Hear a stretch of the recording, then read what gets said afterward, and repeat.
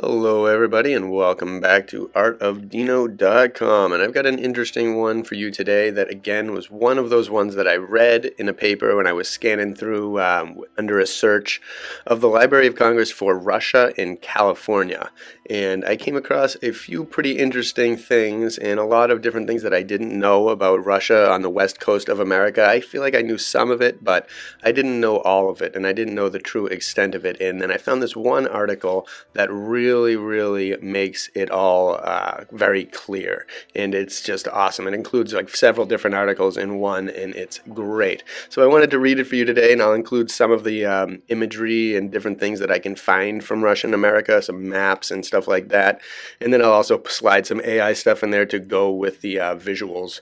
So I hope you enjoy it. Again, here there's a lot I learned, and I'll chime in from time to time and describe more or theorize, and we'll see what we get. Chime in the comments, add more. You guys always do that. That's the best part. I usually do these videos, really, one of the main intentions I do these for is to put something out there that I've learned and then see what you all know and then add to it, and it keeps me going in all these different directions. So you guys play an imperative, crucial role in this whole process on this channel, so keep it up. And let's read this puppy. Here we go. So this is from the New York Herald, July 3rd, 1854, the morning edition. It's a little bit long, but it's worth it, I think, especially if you don't know much about this. And it's got a love story in it, too. It's stuff I would have never thought about. So, and again, I will state that I do think, again, that this America was inhabited by a race of an amazingly advanced civilization a long time ago. And this is just post-reset kind of rub-off information, I guess, really, because it's, again, the 1600s to beyond, so there's probably been a few resets in there, but this is not, I don't think, in connection with the ancient civilization that was in mastery of the whole world. I think this is kind of the next generation of that, or the latest generation of this whole experience here in America, but who knows? Because it doesn't seem like they had really any massive buildings. There's no ancient, like, Tartarian things. I don't think they were building the capitals. But again, that is still a mystery, is who was building those capitol buildings that were here during this whole time and in each one of these places. So there's some mystery, again, that is just, we don't know. And, you know, are all these stories created by monks? All of this history created by a group of people that were just crafting a history for a people? And in order, like, while they were destroying it, so that people in the future could be completely lost, or is there something else going on? I really don't know. But either way, this is an interesting tale of things, whether it's complete propaganda of the time or there's elements of truth. I believe some, not sure total, but who knows. But very interesting either way, so take from it what you will.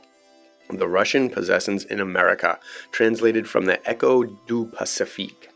Russian America is one of the points where the empire of the Tsar touches that of Queen Victoria. Those who limit their observations to the map of Europe can only partially appreciate the role of Russia in the world and the possible opposition and competition which she may experience. Not the two German powers, nor Turkey. I'm very curious about not the two German powers. I don't know who those two exact powers are, nor Turkey, are alone exposed by the fact of vicinity to the maneuvering of Muscovite policy. So there's some ancient relics and traces in all of this, and something that is not being disclosed and not being told. Great Britain, as one might think, separated from Russia by half the European continent, is in contact with that power, not indirectly only, but immediately, in India, China, America. If, on the one side, the government of Russia cannot move in Europe, but it affects the commercial interests of England, on the other, it cannot act in Asia and America without finding itself face to face with the administrations of the British settlements and establishments. They do not want to lose their money, those people. And that's, again, the shady mentality that runs this world still. These people that just would do anything for the almighty dollar, and it doesn't matter what. They'll just completely rule out an entire country, an entire millions and billions of people, just because they cost them a few bucks. It's pathetic, and that's, again, where we're at today. This is the origins of it, and it is for this reason that travelers everywhere discovering the double trace of British power and Muscovite extension have exclaimed that the empire of the world was divided by those two nations. Very, very interesting, and I have a feeling The Muscovites were the ones that gave us a lot of the great things. They were probably the creative ones, the builders, the hard workers, and because I just don't see it on the other side. But they have, so far as Russia is concerned, confounded greatness with superficies and have done injustice to Great Britain in comparing her wealth and industry, the intelligence and activity of a free population with the poverty and barbarism of an empire in which slavery represents all national progressive impulse, where activity and the initiative in all things are the province of government alone. Again, the propaganda that you get from a British-controlled paper, probably. The territories belonging to Great Britain in North America are of considerable extent. To the north of Canada, stretching as far as the base of the Rocky Mountains, unfold themselves immense plains, watered by great basins, lakes, and rivers, enclosing what is almost a sea, Hudson Bay. The vast domain of the British Crown is a preserve for the hunters of Canada, and furnishes the fair dames of London and the elegants of Paris with the most precious furs. Again, that whole Hudson Bay area, and there's a few towns that have been spotted around there and civilizations, but I wonder what that place was like in its true prime. Not this, because this isn't the prime. This is just the aftermath. But again, another thought. English energy could not be barred from advancing by the chain of the Rocky Mountains, and the Hudson's Bay Company have overstepped the obstacle and secured itself an outlet on the waters of the Pacific. It has erected on the coast a chain of trading posts, which are so many fortifications. The links in chain encircling all British America succeed each other uninterruptedly from California, Oregon, northerly to the 55th degree of latitude, where they meet the frontier of Russian America. As we remarked at the commencement of this article, the two powers touch each other at this point. Here they are rivals and wage a Pacific war for influence in trade, the prelude to hostilities more redoubtable. Northward, from the 55th to the 65th degree of latitude, are the principal establishments of Russia, but her territory is a mere riband, extending inward not over 10 leagues. In the rear are the English hunting grounds of the Hudson Bay, and the chief of the English company which holds this territory for its use, not many years ago naively drew attention to the fact that this slip of territory, of slight utility to Russia, was so placed as seriously to inconvenience the English trade on the coast, and that its aggregation to the dominions swayed by the scepter of Queen Victoria would be productive of many advantages. It interposes, in truth, a barrier between the interior and the sea. The products of the chase in the English hunting grounds lying near the Arctic regions find their only outfit to the Pacific Ocean by descending to the English forts situated on the coast a great deal farther down. The agents of the company are thus compelled to multiply their journeyings through a desert country, destitute of roads, in which transportation is dangerous, toilsome, and costly. This consideration is very important. Money, money, money. This Russian domination would be comprised, it is likely, in case of a war, in that portion, at all events, of its American territory, where it presents impediments to the development of English industry. We are not, however, to conclude with Sir George Simpson that Russia has but little interest in the retention of her American possessions. The productions which she has drawn from them are of considerable value, and serve to augment the great stream of commerce between America and Europe, which she painfully fosters, and for which the traditional policy of the Tsars has created a channel across the Muscovite territory. Russia in America exports about 10,000 seal skins, 20,000 seahorse teeth, which I looked up and I can't find anything about what that could be used for, 3,000 otter skins, 2,000 beaver skins, and 2,500 fox and marten skins. But 20,000 seahorse teeth? Like what? If anyone knows what seahorse teeth can be used for, please let me know. To a country like Russia, where industry is fettered and little but raw materials produced, such a traffic is by no means unimportant. New Archangel, the chief seat of the Russian power in America, is a pretty little town built on the island of Sitka. I love that, New Archangel. So Archangel, again, was one of the main Tartarian zones back in the day, one of the most elaborate cities of the ancient Tartarian time. So to call it New Archangel is again a sign that they're hiding something from us. The houses are ornamented with carved work in a style peculiar to Russian buildings and not devoid of elegance. New Archangel, like its elder sister, the Archangel of the White Sea, is also interesting because I thought it was the Black Sea, and again, where they reverse everything in this world. So its elder sister, the Archangel of the White Sea, is so named from the Archangel Michael. I love that. I love that the Russians always tend to do a lot of things based on like Michael, the slayer of the devil. And again, our people nowadays worship the devil and all this disgusting stuff. The people that control this world and this realm. But I prefer the people that want to take down the devil, like Archangel Michael. Sounds like a good guy. It commands a wide, deep, and secure bay in which the company's marine, consisting of 5 or 6 sailing vessels and 2 or 3 steamers, lies conveniently at anchor. The flotilla, though all composed of merchantmen, is equipped for war. The officers commanding it belong to the military marine, and the portholes of the vessels, when necessary, can discharge grape shot instead of cargo. The post itself is defended by 2 batteries maintained in good order. The strait or channel of Sitka, which leads to the town, presents considerable facilities for defense. The European inhabitants of New Archangel and its environs number about 1,000. For the most part, they are agents of the company and would answer at need to repel an aggression. But these are all the resources which could be counted on for the defense of New Archangel. The natives, few in number, who have their encampments on the Russian territory, consider themselves independent. They have no feelings in common with the Europeans, and should the settlement of the latter be attacked, would probably see in the event only a chance to gratify their inclination for pillage, murder, and destruction. They knew. They sensed it. As for the numerous hunters in the service of the company, they are nearly all natives of that chain of islands, which lies in the form of a crescent off the entrance of the Straits of Bering, and which is known as the Aleutian Archipelago. Adroit hunters of a harmless quarry and daring whale fishers in contest with their fellow men, their timidity is excessive, and the company could certainly rely in no degree upon their assistance. On the other hand, the Indians of the country, whose attitude is decidedly hostile, are a very warlike race. Their revolt would be to the last degree embarrassing to the government of New Archangel, and it was partly to check and repress any manifestation of these hostile sentiments that the establishment was founded and carefully fortified. The company had previously contended itself with the maintenance of detached posts on the coast, but they were incessantly besieged by the Indians, and after the capture of 2 of these posts and the sacrifice of 25 men composing their garrisons, the governor of the Russian-American possessions saw the necessity of concentrating the forces which, scattered as they were previously, had been easy to attack and destroy. He began by dispatching against the aggressors a little army composed of 800 Aleutians and a few Russian soldiers, but the cowardice of the first caused the failure of the attempt. The party did its best to avoid meeting the Indians and returned as guiltless of blood as it had left. Count Baranoff was too brave and skillful to leave the Russian influence in America under the depressing weight of such a check. He embarked his troops and colonists in 3 armed vessels and repaired to Sitka.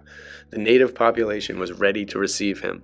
He found it assembled on the shore and entrenched within palisades, which the troops vainly essayed to carry.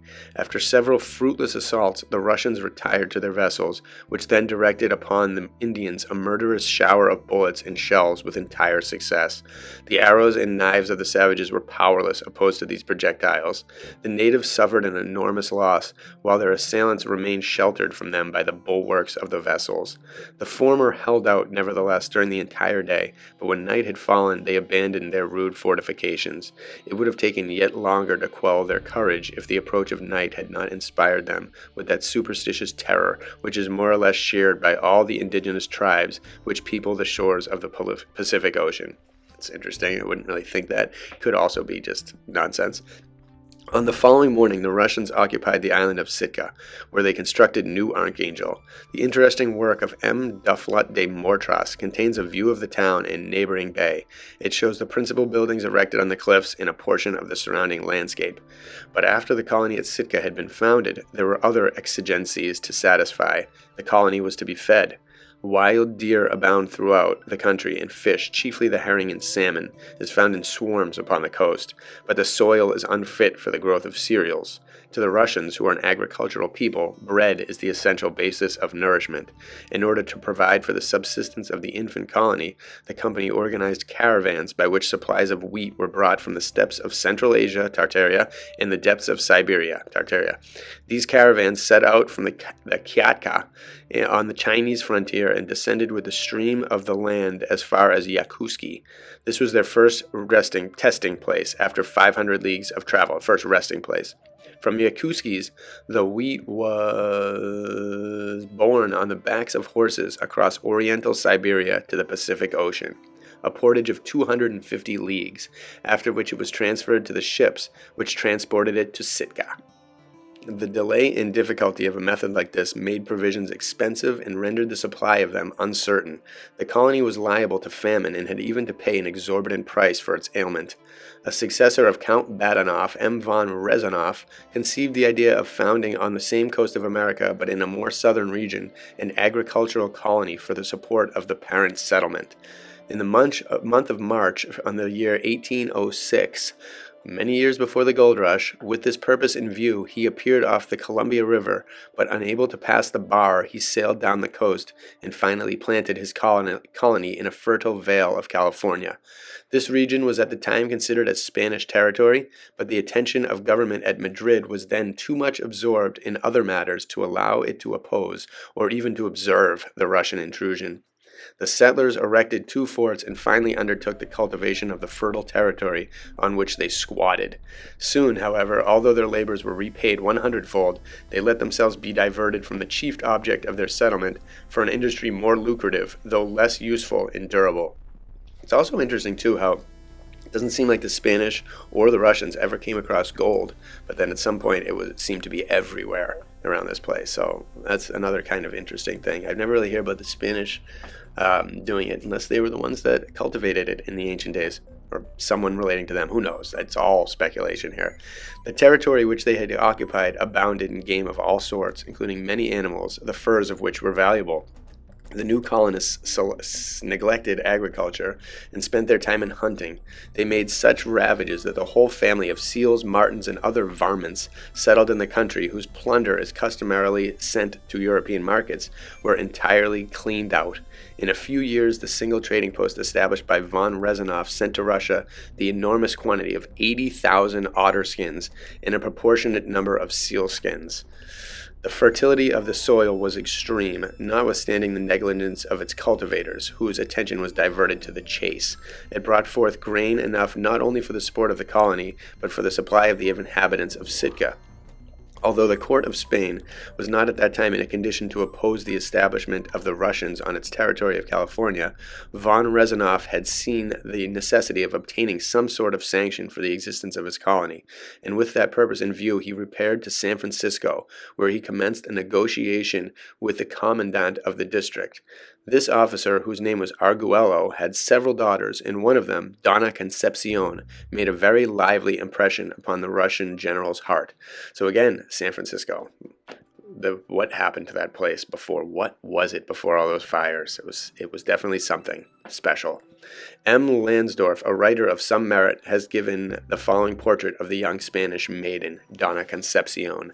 She was animated and cheerful, with eyes at once sparkling and tender. She had fine teeth, agreeable and impressive features, a charming figure, and 1,000 other attractions. She was remarkable, moreover, for artless simplicity. It was by no means difficult for von Rezanoff to persuade himself that he should best serve the policy of his master by marrying Donna Concepcion. It would have been a sort of dynastic alliance which would have consolidated the friendly relations existing between the Russian and Spanish Americans. It would not fail, at all events, to ensure the Russian colony in California the goodwill of the Spanish authorities of the district. It would be a whole nother world, but wait till you see what happens. Von Rezanoff was no vulgar swain. He knew how to inspire the same passion that was felt by himself. Everything seemed to favor his desires, but an obstacle still existed. Van Rezanoff was of the Greek faith. Donna Concepcion was a Catholic. In his official position, the governor could not, without the consent of the emperor, his master, espouse a person professing the Roman faith. The pretensions of the czars to papal power are as ancient as the existence of their government, and as jealous of their spiritual as of their temporal authority, the one serving to enhance and strengthen the other. It's probably because it was kind of one of those rules that you don't intermix, because chaos can happen. Who knows? You might even be marrying a traitor. So that is a kind of an ancient, I like how they say ancient and the emperor, and they refer to all this stuff, and they, again, it just alludes to something so mysterious in the past and unknown. On the other hand, too, the Commandant Arguello doubted his own authority to legalize the existence of the Russian colony without the previous sanction of the court of Spain. It was finally settled that von Rezanoff should go to St. Petersburg and thence to Madrid to remove every difficulty in the way. He set out, but his journey was shorter than was anticipated. He had traveled but a short way through Siberia when he was accidentally thrown from his horse and died at Krasnoyorak. His extreme haste proved fatal to him. Got the better of him. Wow, terrible. Imagine just that one little occurrence and then changed everything. Donna Concepcion long waited the return of her affianced husband in ignorance of his death, and when the knowledge of that event at length reached her, she retired to a convent, and without taking the vows, consecrated her life to the instruction of youth. She only wanted youth, it is said, to realize the portrait which Langsdorff has left of her. She still retains the affability and artlessness, the grace of feature and beauty of expression. The governor of the trading post of the British Hudson Bay Company, though a very matter-of-fact sort of person, was unable to resist the charm of this episode of love, which breathes all the spirit of the old chivalrous romance. Nothing, indeed, is wanting to complete the resemblance, neither the lover's ardor to brave fatigue and peril, nor the lady's constancy in long awaiting the knight's return, the tragical death, nor the convent veil. It is only at the other extremity of the world that such things are still seen. The end of the Russian colony in California was tragic, as was the love story of its founder. The animals which were here sought for their furs having become extinct, it was soon found that the Muscovite settlement cost more to maintain than it was worth, money. The gold mines were yet undiscovered, and towards 1843 or 1844, the Russian government resolved to abandon these latitudes, right before the gold was found. Very interesting. The bargain was soon struck with the Hudson Bay Company, which engaged to furnish the Sitka colony with a certain yearly supply of wheat. The sustenance of New Archangel being thus assured, Russia ceded her settlements in California to a Swiss and abandoned them. The colonists were transferred to Sitka at the very eve of the discovery of California's mineral riches, and at this day, all the productive force which Russia commands in America is concentrated in the regions of the north. Wow, so there is a lot to unpack there, and really just to kind of learn if you haven't done it. And I would have never heard of all these things, and I can imagine it being very tough to start a colony far away from your government, like Spain, having the trouble when they're battling war at home, and then all of a sudden they have to deal with this. And you don't know, a lot of governments will, and people that wage war on others will do things specifically. They'll start a war in one spot so that they can do something else in the other spot, and that company or that country will send all its resources to one zone. Meanwhile, the other area can be cleared. So again, as with every story, there's so many different sides that are unknown, that are unpublished, that are unspoken of or have died with the people that have lived them. So we only get what is in these papers and in books and other things and evidence found as time goes on. So there's no telling again. But I found this interesting because, again, a lot of it was something I had never known before. I always kind of figured the Aleutian Islands had Russians had come over there, but I never really knew too much. Again, it doesn't tell us any hints or clues about the true ancient world, which I am really curious about, and I know you are all as well. So maybe there's some other reports where the Russians found some settlements and found different things, but which I would really like to find, because it seems like after the gold rush, when in the mines and stuff were all getting raided and all these things, that's when they start finding all these discoveries of skeletons, of bones, of ancient cultures, of underground structures, of all these things. So, but someone had to have found them before. If it seems like they were all over the place, and so you'd think that people would have had to have come across them. Or maybe, I don't know, maybe these areas were just, like something, I don't know what was going on in the Rocky Mountains at one point in time. But again, maybe it's all pre-flood stuff that we're seeing. And, the flood destroyed a lot, ravaged things, and everything underneath remained intact and preserved. And these things that we discover could be thousands of years old, could be millions. Who knows? I hate using that number because it's almost guaranteed false, but we really don't know how far the civilization goes back, and America's origins, everything about this whole place, this land, this massive continent of land that was somehow ignored, whereas the rest of the world was just populated for eons and eons with stories stories and civilizations and religions and spiritualities and things that just keep on going. Yet this country was supposedly completely ignored, and no one found this massive continent. No one spread across it. No one yearning for money went and searched for it before any of this stuff. Again, I find it all hard to believe. There's no telling how many resets we have all, as humanity, have suffered through, and the giants, factoring them all in and everything else. Who knows? I still believe there's much more land beyond the realm, and we are just in a little cultivated zone here, designed for us as a little prison of paradise, kind of. But I think the true paradise awaits us beyond the realm if we can escape it, and if someone, maybe they will come and rescue us. Hopefully one of the sources happens, because again, with all this speculation, it's kind of maddening not knowing the true truth. There's some fun in basking in the imagination and theories, but to reside in truth and go with the ultimate truth would be really great and be very much of a relief for all of us in this community. So I hope that comes soon enough someday. But take with this what you will. Add more to it in the comments. If you have any cool links, share them. If you have any insight, share it. And feel free to spread it to other people, and see what happens.